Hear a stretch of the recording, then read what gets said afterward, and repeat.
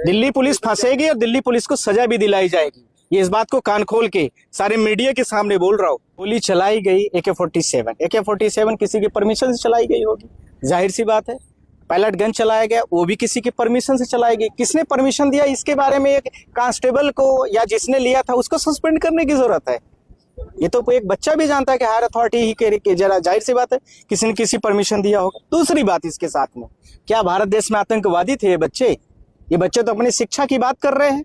Free of fair examination conduct कराइए आप, आपकी यही ना बोला जा रहा है। बच्चों को रोजगार दीजिए आप।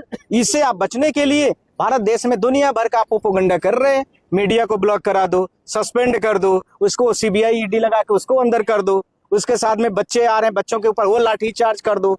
सोनम वांगचुक स्टेज में बैठे थे, आप लोगों ने देखा है कैसे कैसे डॉक्टर बन के आए थे, ये सारे देश ने देखा है। इसके साथ में आप इससे भी बड़ी बात देखिए, जो दिल्ली पुलिस के चीफ पुलिस कमिश्नर थे, ये 20 तारीख की घटना की मैं बात कर रहा हूं, ध्यान रखें। 19 तारीख को उनको हटाया जाता है और 19 तारीख को ही रात में एक नया दिल्ली का चीफ पुलिस कमिश्नर बना है और वो सुबह पूरा एक्शन ले लेता है।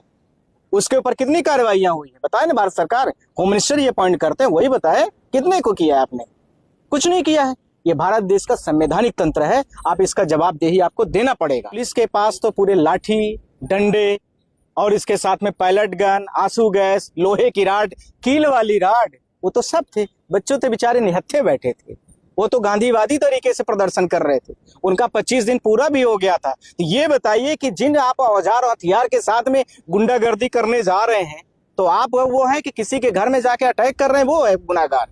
आप खुद बताइए। कांग्रेस और भाजपा से मतलब नहीं है, ये बताए जिस समय पर आप देश का शासन चला रहे हैं आपकी जिम्मेदारी है। और ये भाजपा, कांग्रेस, आम आदमी, ये सब कहने की जरूरत नहीं है। जिस समय पर आप देश के शासन पर बैठे, आप अपना जवाब दीजिए। ये कोई नहीं कह रहा है कि भाजपा है यहाँ पर शासन में, ये बोला जाएगा कि भारत सरकार जवाब दे।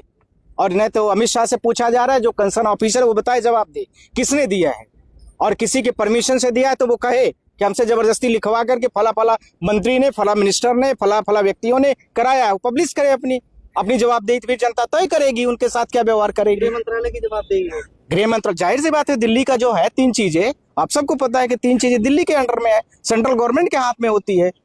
यदि किसी भी ऑफिसर, देखिए जो ये सारी चीजें की जाती हैं तो परमिशन टू ऑफिसर होती है, IAS ऑफिसर होगा या पुलिस का जो बड़ा ऑफिसर होगा IPS के लेवल पर, इनके परमिशन से हुआ होगा, जाहिर सी बात है।